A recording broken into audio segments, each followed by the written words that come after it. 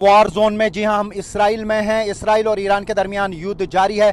लगातार missile attack किए जा रहे हैं ईरान की तरफ से इसराइल पर, और इसराइल की तरफ से भी लगातार हमले किए जा रहे हैं। और इसराइल का दावा है कि वो ईरान में न्यूक्लियर फैसिलिटी पे हमले कर रहे हैं, और वो काफ़ी डीप गए हैं उन माउंटेन्स पे जहां पे न्यूक्लियर प्रोग्राम चलाए जा रहे हैं। और जहां तक टेल अवीव या हाइफा की बात है, काफ़ी नुकसान पहुंचा है ईरान के हमलों से, और ईरान ने काफ़ी सारे ऐसे मिसाइल दागे हैं इसराइल पर, जिससे इसराइल का आयरन डोम जो है जिसका बहुत ज़्यादा चर्चा था, उसको इवेड करके हाइफा को नुकसान पहुंचाया या टेल अवीव टहल उठा मिसाइल के हमलों से।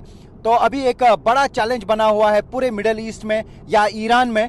हालांकि अब सबकी नज़रें इसी चीज़ पे हैं कि क्या अमेरिका इस युद्ध में उतरेगा। अगर अमेरिका इस युद्ध में उतरता है तो बिल्कुल इस युद्ध का रुख ही बदल सकता है। लेकिन अभी पहले ही व्हाइट हाउस की तरफ से एक स्टेटमेंट जारी किया गया था और बताया गया था कि डोनाल्ड ट्रंप शायद 2 हफ्ते में अपना फैसला सुनाएंगे कि क्या वो इस युद्ध में उतरेंगे या ज़रूरत नहीं पड़ेगी। तो ऐसे में यहाँ पे जिस तरीके के हम हालात देख रहे हैं, मैं आपको बता दूं, मैं हाईवे पे चल रहा हूँ चूँकि एयरपोर्ट यहाँ पे लगातार बंद है, हवाई राबता लगातार कटा हुआ है 12 और 13 की रात से ही, क्योंकि जिस तरीके से 12 और 13 जून की रात को इसराइल ने ईरान पर ताबड़तोड़ हमले किए, उसके जवाब में जब ईरान ने लगातार कई बार मिसाइल अटैक किए, पहले तो ज़्यादा इसराइल को नुकसान नहीं हुआ। उसके बाद जब हाइपरसोनिक मिसाइल्स का इस्तेमाल किया ईरान ने, तो उससे दहल उठा यहाँ पे हाइफा भी और टेल अवीव भी, और भी कुछ एरियाज को नुकसान हुआ।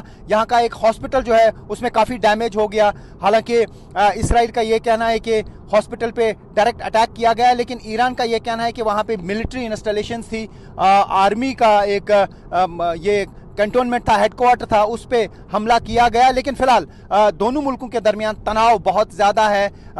दूसरी तरफ से इसराइल की तरफ से गाज़ा पे भी लगातार अटैक्स किए जा रहे हैं। गाज़ा में भी काफ़ी लोगों की अभी तक मौत हुई है। जो रिलीफ के लिए लोग निकलते हैं उनमें से भी काफ़ी लोग मारे गए हैं इसराइली अटैक्स में।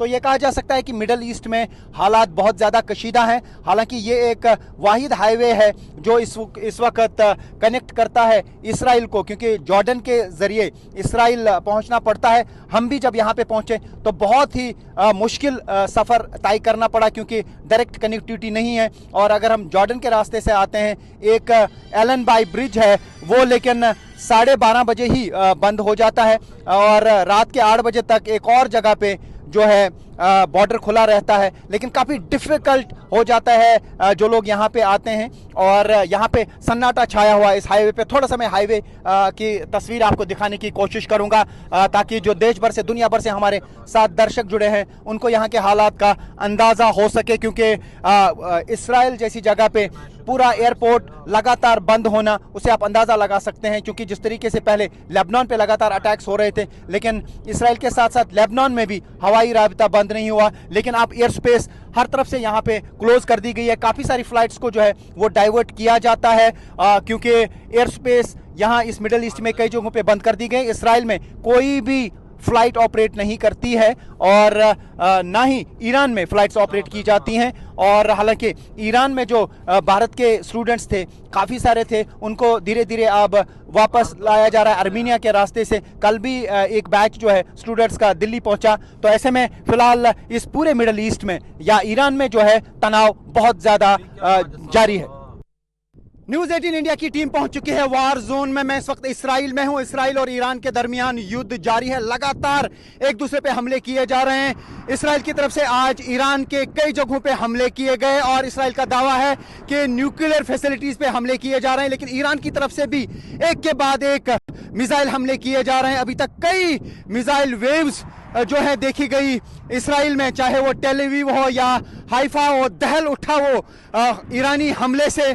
और यहाँ पर मैं इस वक्त एक हाईवे पे हूँ और आप देख सकते हैं यहाँ पे सन्नाटा छाया हुआ है। अभी भी एयरपोर्ट जो है वो बंद पड़े हुए हैं, चूंकि यहाँ पर अभी एयरपोर्ट बंद है। हम काफ़ी मुश्किल हालात में यहाँ पे पहुँचे हैं जॉर्डन के रास्ते से, लेकिन यहाँ पे तनाव देखा जा रहा है लोगों में भी। हालांकि जब हम एंटर कर गए इसराइल में तो हमें पहले ही इंस्ट्रक्शंस दी गई, जो ही सायरन की आवाज आ जाएगी तो जहां पर भी आप होंगे गाड़ी में फौरन बंकर में आ जाइए। उससे साफ अंदाजा लगाया जा सकता है कि इसराइल में किस तरीके के हालात हैं और ईरान में भी हालात बहुत खराब हैं।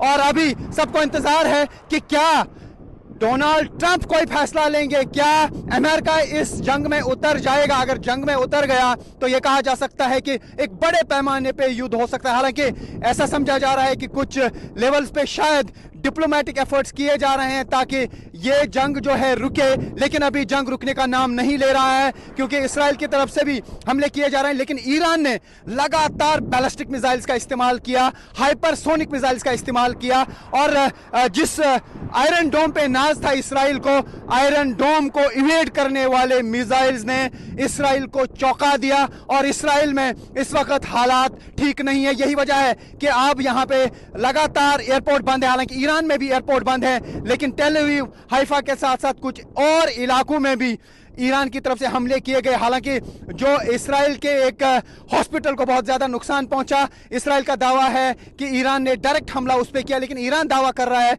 कि वहां पे मिलिट्री बेस थी और मिलिट्री बेस पे हमला किया गया जिसकी वजह से हॉस्पिटल को नुकसान पहुंचा। फिलहाल दोनों मुल्कों के दरमियान तनाव लगातार जारी है और इस तनाव के बीच न्यूज 18 इंडिया की टीम है ग्राउंड जीरो पर आप तक पहुंचा रही है पल पल की खबर। जुड़े रहे न्यूज 18 इंडिया के साथ। Rifat Abdullah, news 18 India, Israel, middle east.